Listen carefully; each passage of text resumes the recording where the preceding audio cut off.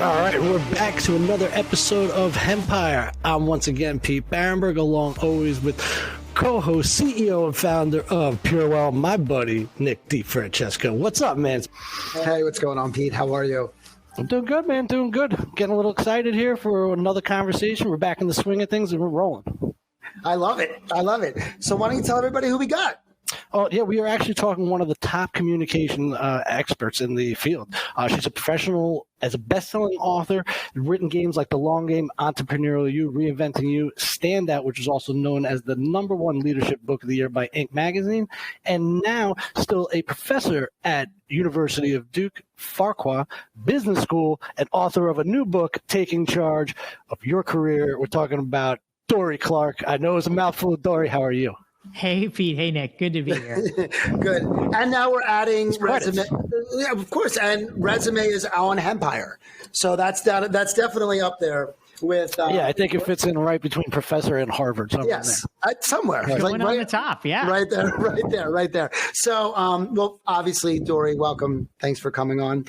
Obviously, we had a chance to talk a couple months ago, and I said, it'd be great. I think it'd be awesome to come onto the show. We kind of intermingle what you do along with cannabis, and I think it would be educational for everybody, and it's going to be good for us to talk. So, and we're about education. So like we'll kind of just jump into it. We were talking about different speaking engagements and things that you did, and one of them is that you keynoted at the Community Anti-Drug Coalition's America's 23rd National Leadership Forum. And that's giving your expertise as a branding expert and regular contributor to Forbes and Harvard Business Review to give attendees a tutorial on messaging through social media. So talk to us a little bit about the response the crowd had and how you engage this keynote, in which you would imagine to be a bit outside of your comfort zone. But we talked, you're pro-cannabis, but being, and what you thought that it came together for you in that engagement. Yeah. Well, first of all, good research, man. I spoke to CADCA, the Community Anti-Drug folks, in 2013. So this is now coming on a decade ago. Right. So yeah, a lot of the message around engaging around social media was kind of like, hey, here's what social media is. Because in 2013, everybody was a little shaky around that. I think now we're a little bit farther along in that in that arc. But yeah, it's a great question. And just to clarify, one of the things that and you guys are really the experts in the space, and so I would love to hear more about how you think about all of these things. And I know that you're doing great educational work with Hempire, but I think that one of the most important aspects around cannabis is really making sure in your messaging to draw this sharp line, because there is a pretty big difference, as you know, between addicts with needles lying in the street and people who are recreational cannabis users. And to have those things lumped together, I think, is incredibly inappropriate. And it's really important to draw the distinction to understand that is literally not the same thing. And so for anti-drug organizations, I actually think that there can and should be common ground with cannabis organizations, because no one wants people to be doing crazy hard drugs and committing crimes, but they shouldn't be worried about cannabis. And I think they could probably save themselves a lot of time and effort by focusing elsewhere. That's kind of one of the things. It's, there's always going to be a stigma around anything, drug related when it was, federally illegal. But the truth is that we're not talking about apples to apples here. We're talking about apples to oranges.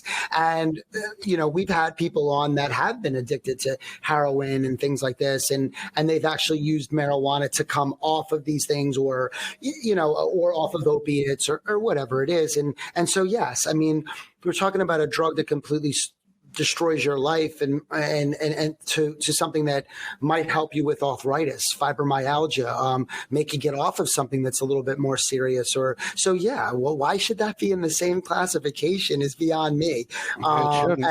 And obviously, nobody has ever died from marijuana consumption. So if that doesn't tell you, let's ease up a little bit.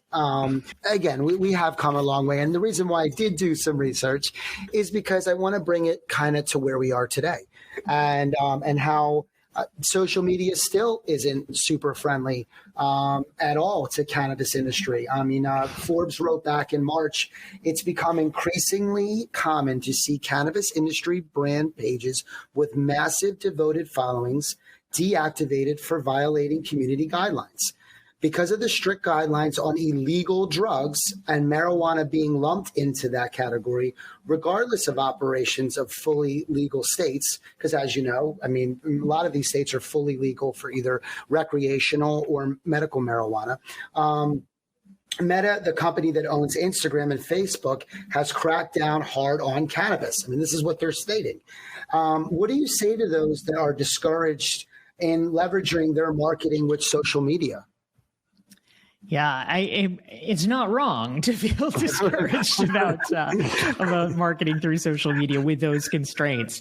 I actually think this is a scenario where the public is in favor of much more liberal marijuana laws, and this is an area where government is just lagging.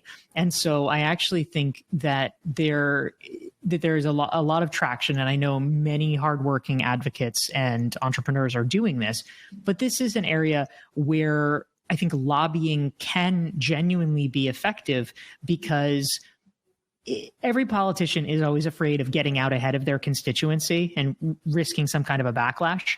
This is not that issue. Politicians, agency heads, they are dramatically at this point lagging public perception and public sentiment.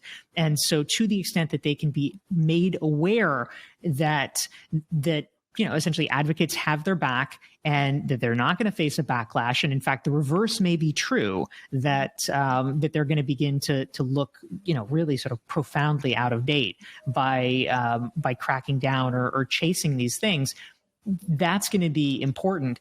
I do think that there's a real risk that if folks in the cannabis industry are getting a little too cute or pushing the envelope too much without that cover, you risk antagonizing people needlessly, and it may actually just drag out the process. So my advice, actually, even though social media is sexy in the sense of, it's like robbing banks, right? It's where the money is. Well, social media, it's where the people are. And so of course you want to market there. But I actually think that it is probably the better part of valor to be exceptionally careful with social media marketing and perhaps try to over-index on other areas that have less scrutiny because they are considered less sexy, at least for the time being. No, I think that's a great idea and a great way to look at this. It's been tough for even us. I mean, PureWell's known for the education part of cannabis, right? So we do custom formulations in cannabis, and they're all medically related. And we'll always go to, if we're at a conference or we're talking to a doctor or we'll just go to maybe an event that has to do with cannabis, a lot of it is that weed market, right? That let's get high. Okay. Yeah. I can completely understand why they would not want that on social media or on Facebook or, that's not really, it's not really putting the right message out, right? Like we're trying to do it as the fact that it's helping people on a medical level. If they have a medical condition, maybe they have anxiety, maybe they have mental. It's just, and we want to talk about that because you do talk a lot about that. I was just listening to a show that you were just doing about an hour ago about looking into yourself. And people are struggling with a lot of mental conflicts, whether it's from other people, but legitimately anxiety has skyrocketed in our country. And one of the things that cannabis has really helped with are with people that have anxiety issues, or, we've obviously started with epilepsy years and years ago with children and autism and ADHD and all these things. But let's just talk about, anxiety in general, right? So some of the things that you preach about basically being your own person, making your own choices, and I want you to go into a little bit about kind of what you preach. But what I mean is that sometimes people are limited by their mind, right? And they might want to do these things, but they just can't. You know, they literally just can't muster it up because they're dealing with a bunch of other demons inside.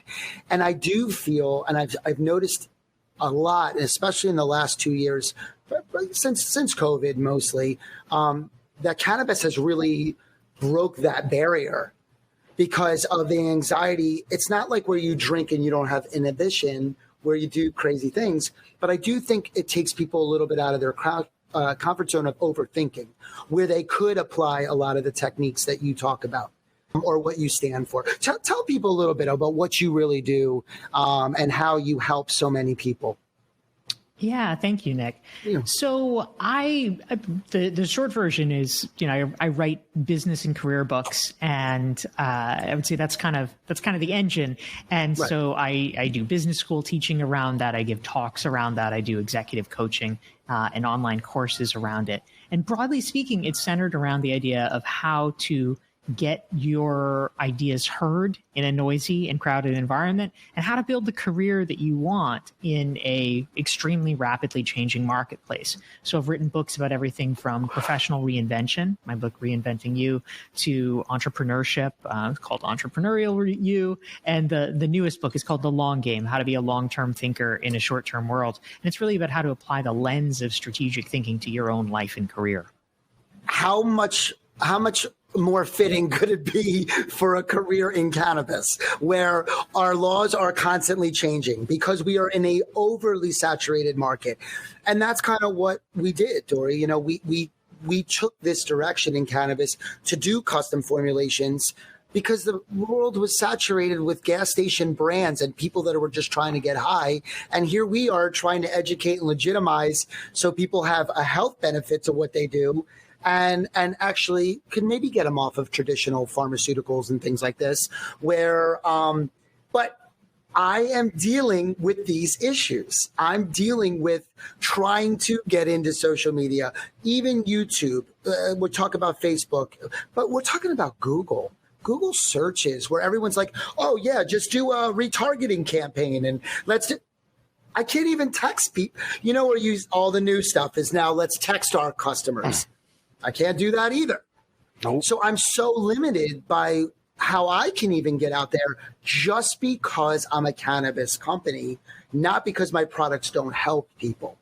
And they could help our people a lot more than just pharmaceuticals and things like that, right? And I can't even get to the public in the way that I have to. You know, yeah, it must be incredibly frustrating. I can absolutely. Oh, yeah, that, especially when you have nothing but everything sex-wise out there that is available for everyone, violence and, who else knows what. But no, a plant, nah, we got problems with plants. It doesn't make any fucking sense, really. So it's just, it is crazy, and it's a big dance that we got to, do, unfortunately, and it needs to change.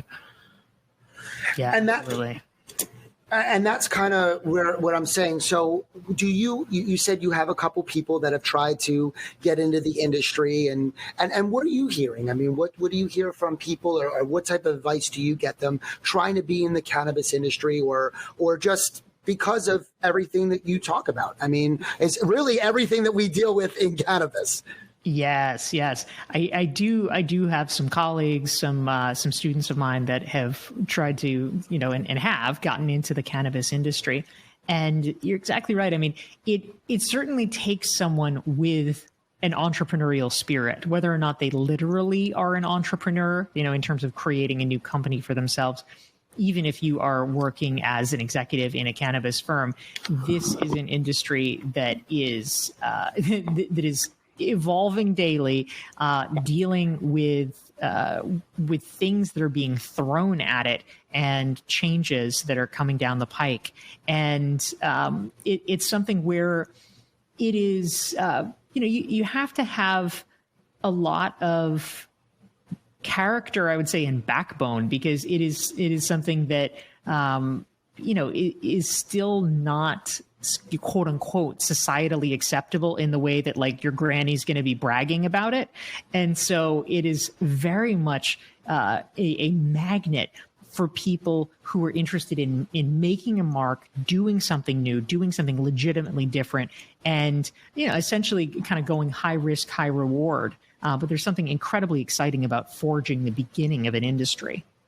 Yeah, it's been tough, Dorie, and I feel like what we've done is very substantial for where the industry was when we started to where we are now. But you said things that are not as scrutinized, right? So where do you think that somebody should go into to get their voice out there? For example, even us and our message in medical, what are your suggestions of what somebody should do or what avenues they should take? Yeah. So you, Nick and Pete, are far more versed, a million times more versed in terms of the particular legalities around cannabis marketing. So I don't want to get too hyper specific in the sense that I wouldn't want to mislead anyone inadvertently. But in a broad sense, what I would say is because social media is just so visible in the public imagination, if we put on our politician hat or our bureaucrat hat, the thing that they are worried about, they have a little bit of shiny object syndrome too, right? They're like, what's everyone thinking about? What's everyone talking about? What am I going to get in trouble about and hear from my constituents about? And so, social media is just hyper visible in that way. And sometimes it's because it's legitimately influential. And sometimes, frankly, it's just because it's easy to measure. In my world of writing books, for instance, one of the really sort of laughable things is that a lot of publishers are very keen on signing people to book deals who have large social followings. And you can understand the logic. Oh, everybody loves them. They can reach all kinds of people. But the truth is, if you have 1 million Twitter followers, let's say, a lot of them are bots. A lot of them never check Twitter. Like it doesn't necessarily translate to impact. 100%. Yeah, and so it's sort of this illusory metric in a lot of ways. And I think quieter metrics often matter more. If I'm a publisher and I'm choosing between someone who has 1 million Twitter followers, which everybody can see, oh, look, it's 7 figures, or someone who has 1 million email subscribers, but nobody knows it because it's not like there's a central registry of email subscribers. Yeah. I will take the email subscribers any day of the week because that's a much more high quality engagement.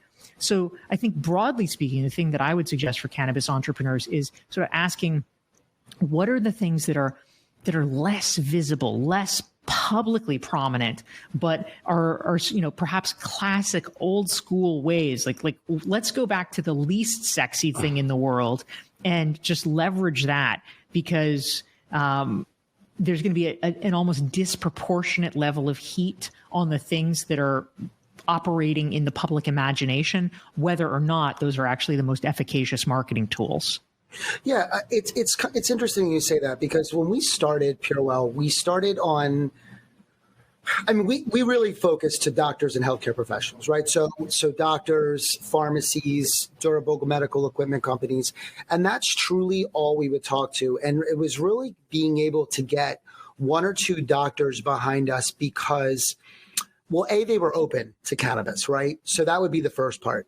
But it was more of the fact that maybe it was a shiny new object, maybe, but that they were interested in learning more. Now, one of the things that does separate us apart is because of our education and the level of education that we go in through and we don't really have to talk mostly legalities with these doctors. We're talking more like cannabinoid profiles, how it would affect their patients, how to dose, these types of things, right? But it was the fact that the doctors that would be open to giving the product a try for their patients.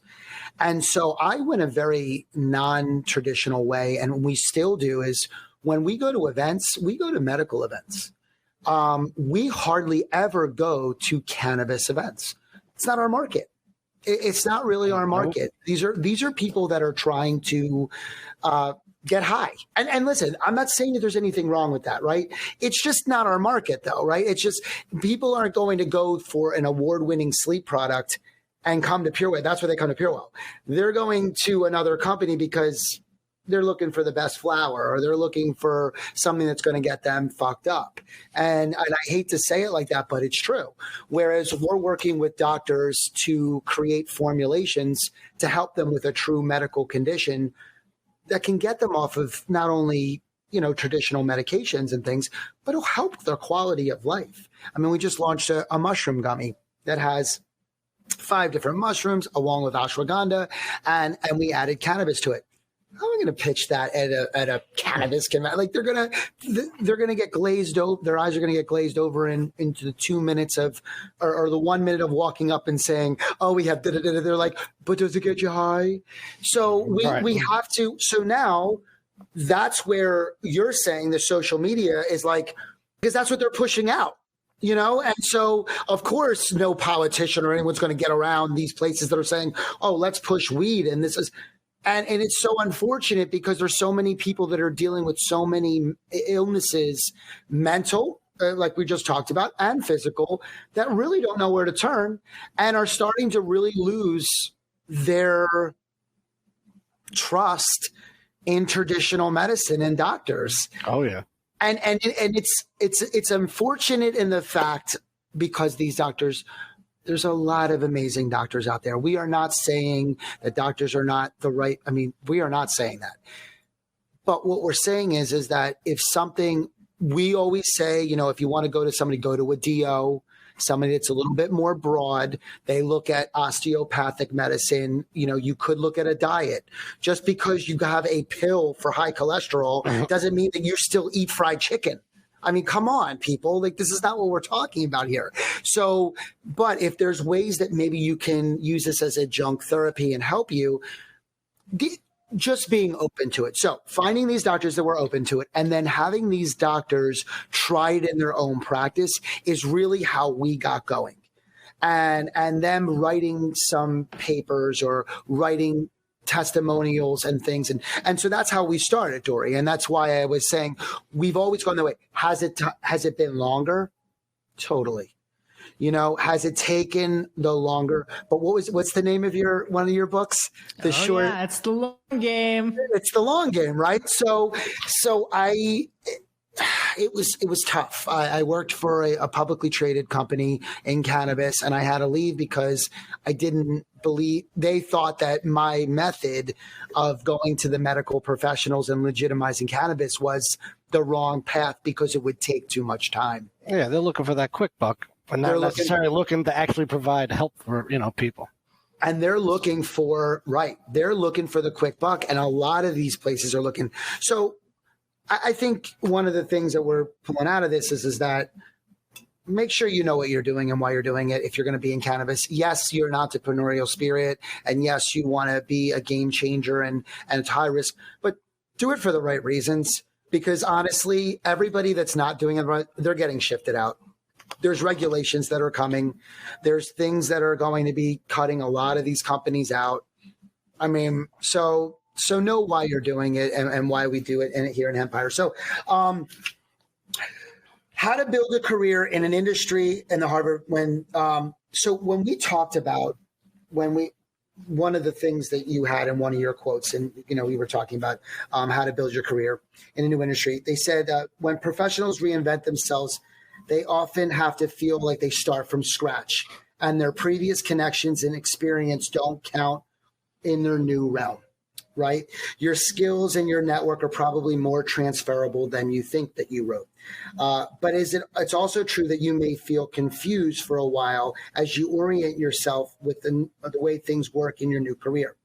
In your new book, Reinventing You, you gave 4 strategies to build a career path for yourself in your new endeavor, even if you're still figuring things out. We have plenty of professionals from Fortune 500 companies entering the cannabis space every year. What have you observed? And tell us a little bit about the 4 that you talked about in your book that people could use. Yeah, thank you, Nick. Well, one advantage actually that folks who are transitioning into the cannabis industry have is that if you are trying to go from one, quote unquote, established industry to another, like, oh, hey, I want to go into financial services. The modes of doing business, the experience levels of people, it's a lot to compete with, because there are going to be people who, from the beginning of their career, they've been doing financial services. There's always going to be someone that has way more experience than you do. The good news about cannabis, I mean, it's not an industry that just happened overnight, but it also is a much newer industry, and so therefore there's not anybody that's aside from a few people north of San Francisco that are like, oh, I've been in cannabis for 40 years. Right. So it's a little bit Emerald Triangle, they call it, for everybody that doesn't know. It's where all growers were before any of this was legal. That's right. But, for most people who have been in, commercial, publicly talked about cannabis companies, this is a much more recent phenomenon. And so therefore it is a little bit easier in the sense that you're not going to get an entire industry full of people that are, shaming you, that like, well, why haven't you been doing this for X number of decades, right? I mean, most people transitioned into the cannabis industry. I mean, unless you're really young and it's your first job out of college, most people were doing something different. So it's not weird or unprecedented that someone would do it. Whereas if you're trying to make a mid-career shift and, I don't know, you've been a school teacher and all of a sudden you want to work at Goldman Sachs, people are going to look at you a little funny. So, so it's a little different and easier in that way, which is great. Also, another advantage is that cannabis is an industry that is sort of interesting enough and, I'll say in air quotes, sexy enough that people get it why you want to do it. I mean, usually people have some kind of a personal interest in it. It's not a weird thing to want to go into. It's sort of an aspirational thing for a lot of people about like, yes, if I could make this my job, if I could make this my career, that would be great. So you're not going to get blowback from people being like, why would you do that? That's so odd. So your motivations would sort of inherently make sense to people. So those are two really positive elements. But there's always some hard parts about reinventing yourself professionally and making a transition. One of them in a practical sense is that, we don't yet really have the sort of cannabis equivalent of like a Google or an Amazon that like literally everyone in the world has heard of, and it's sort of this $1 trillion behemoth.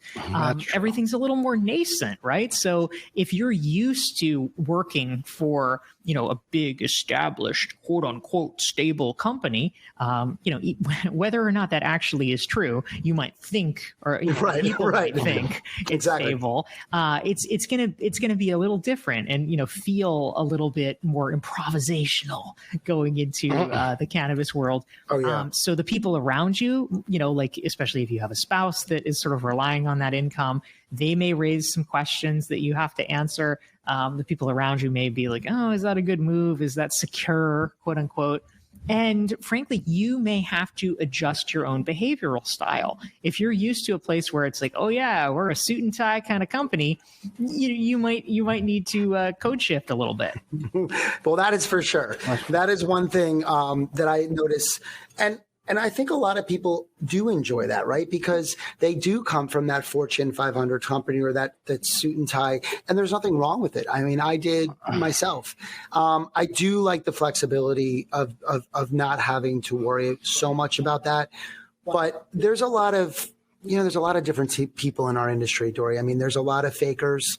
There's a lot of people that are kind of fleecing the public, and they're making claims or they're saying things that aren't true, or they're going after that fast buck like we talked about before. But there are also a lot of very educated people that are trying to pump in the education part and the benefits of it, but also that it is a legitimate business. And I think that years ago, when someone was like, well, you're just selling weed, right? And we had problems with the banking system. So we had a lot of problems with even being able, even though I'm doing something legal, I couldn't bank my money. Literally. Yeah, there's still people who have problems with that. And what? I said there's still places that have problems. Right, exactly. And there's still people that have issues with that. So now that's gotten better. but it was still a major problem. So you're doing now the THC market, the marijuana card, they do have a lot more. There's a lot more of that issue with, bankable money and credit card processing and all this type of thing. But there's things that we're not normally used to in a regular product. If I was to sell a phone, it's a widget. It's the same. I could market it the way I could. I could say whatever I want. I don't have to worry about what I say. But make it all clear. It ain't going to make you $1 million because you bought a phone, No, but I mean, Apple doesn't have to worry about the same things that we're worried about, or Android or things like that. They can just go on to Google and run ads and not think about, things that are simple that people think that are just an easy way to get your name out there. We can't do any of those things. Yeah. And it is tough. So getting the most valuable information to these people are, it's tough. And then this is one of the reasons why we do the show.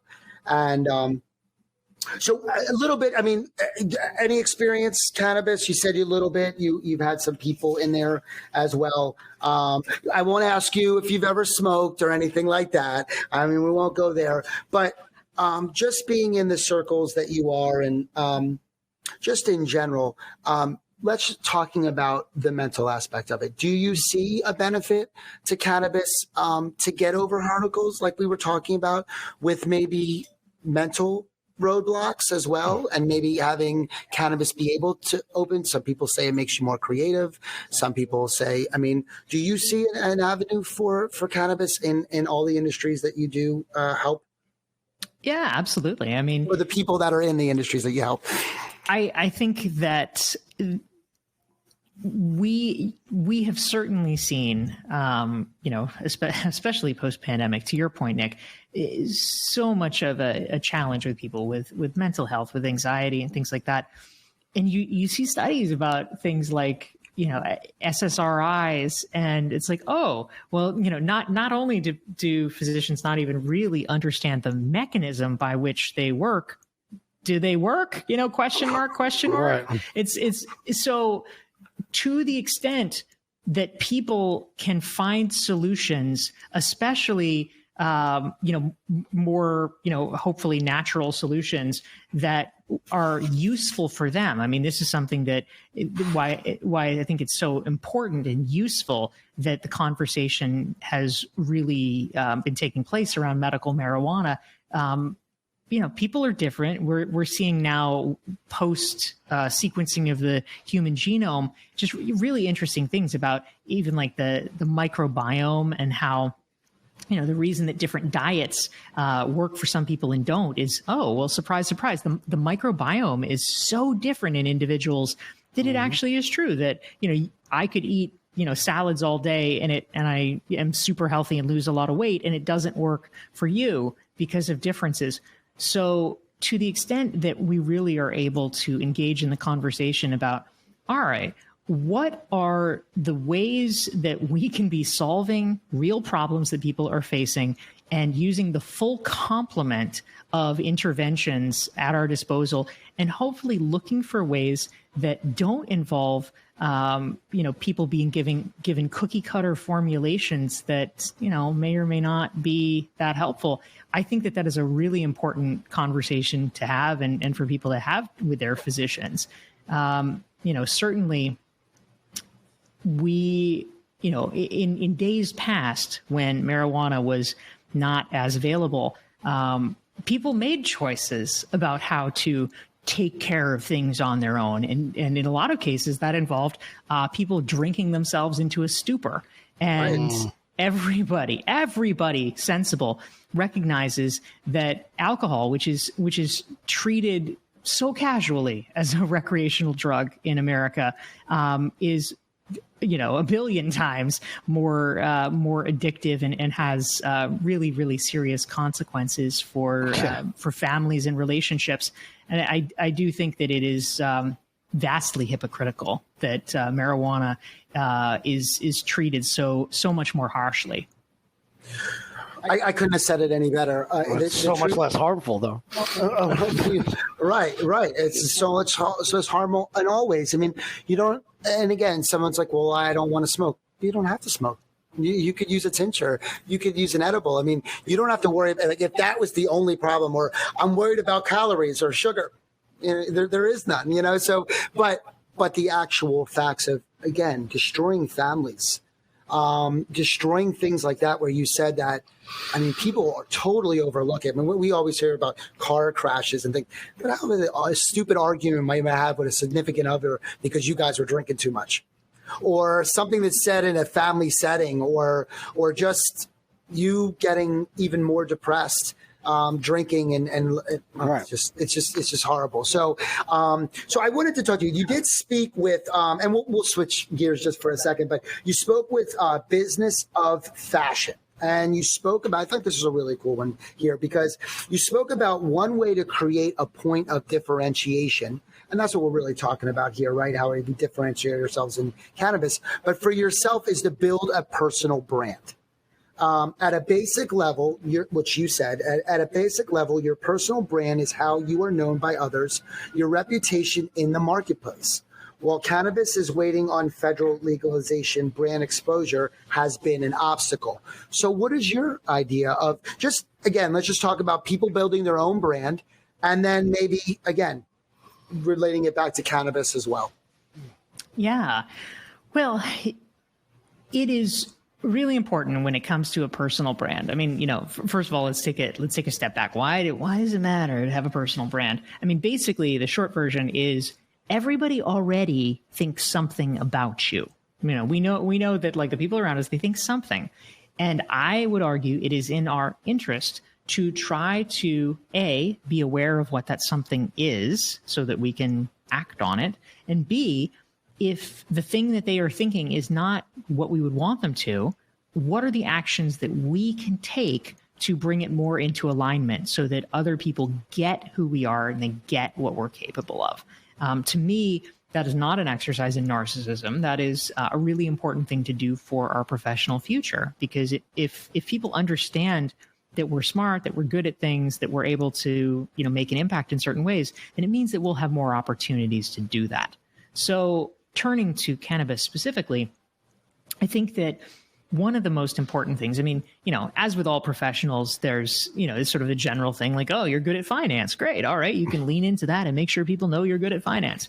Right. But I do think that something that's important, and you have touched on this, Nick, is we also have to recognize at an industry level, you know, what is the sort of knock on it? What's the negative stereotypical view for outsiders? I'm not talking about within the industry, but if we're talking about broadly speaking within, with people, looking from outside into the cannabis industry, how can you make sure you're aware of that, and how can you make sure to counteract it? And so specifically what that might mean is, your sort of average Joe blogs that hear someone works in the cannabis industry, and, the sort of, really like uninformed first thing is like, oh, he must be a stoner. Oh, he must be like not a serious person, or whatever, these kind of dumb things.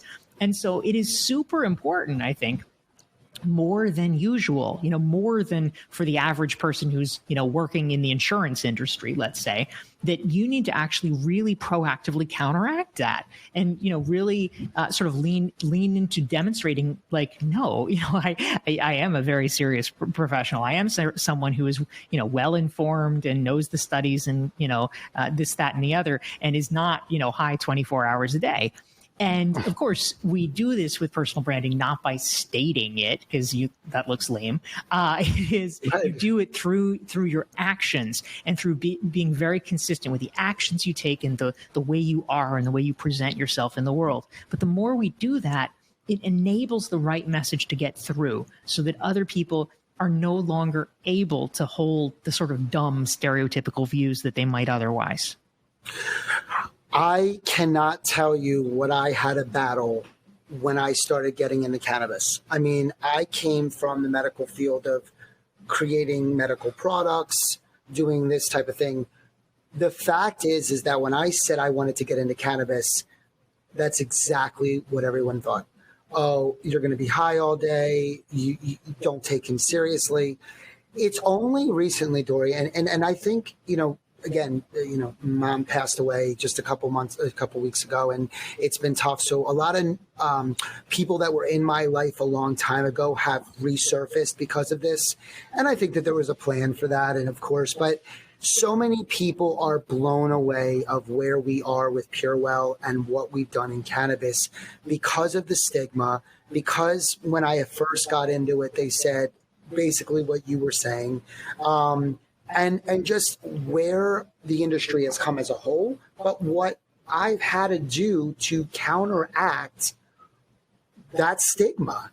For years, we've been dealing with this, and people looking down on us or putting us in a file. Like, I can't be intelligent if I want to be in cannabis.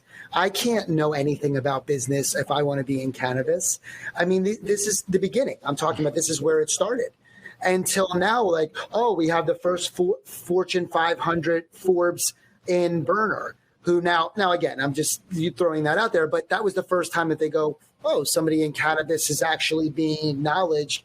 Not that I'm saying that was the best example of all the different aspects of cannabis, but it is starting to become a lot more predominantly from the mainstream, especially side. Right, acceptable. So in the beginning, especially, it was like I needed to explain, like, no, like, I'm not trying to get high every day.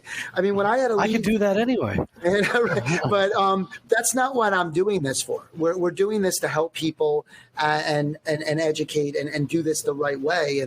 And it was tough, and we dealt with this for a while. And a lot of people have come back in my life to say, wow, I want to try the products now.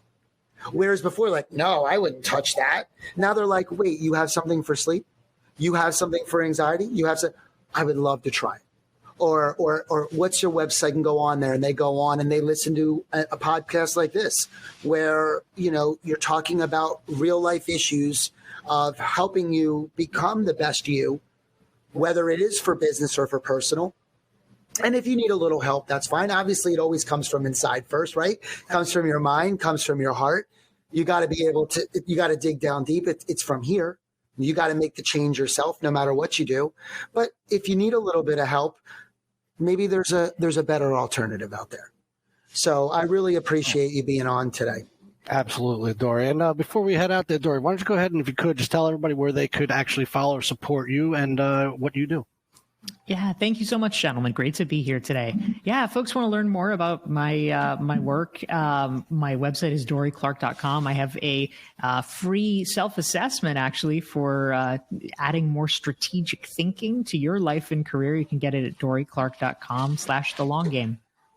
Excellent, Dorie. Excellent. And for everybody who does follow, please like, subscribe, share this episode, tell everybody about it. They're going to get some good insight here.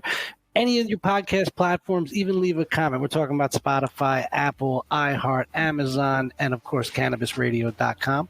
And for all the things we did tell you about, go check out PureWell, PureWell.com.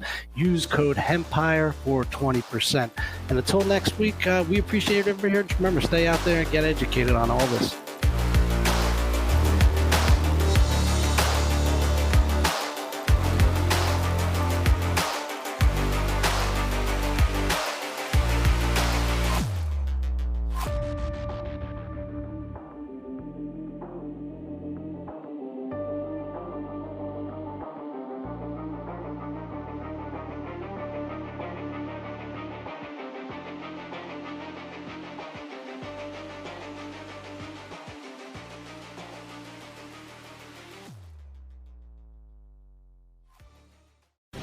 The opinions expressed on this CannabisRadio.com program are those of the guests and hosts and do not necessarily reflect those of the staff and management of CannabisRadio.com. Any rebroadcast, republication, or retransmission of this program without proper consent is prohibited.